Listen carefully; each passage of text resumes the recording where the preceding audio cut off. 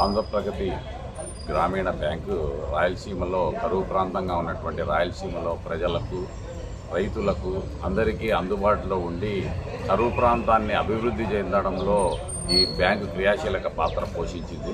అలాంటి ఆంధ్రప్రగతి గ్రామీణ బ్యాంకును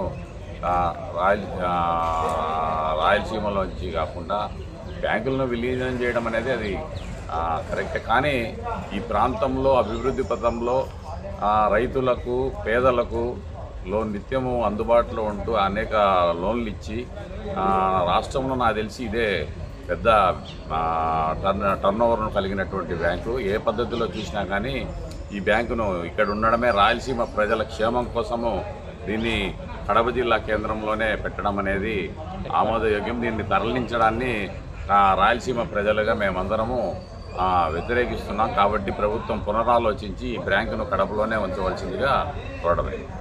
తరలించడానికి మేము రాయలసీమ ప్రజలుగా వ్యతిరేకిస్తున్నాం.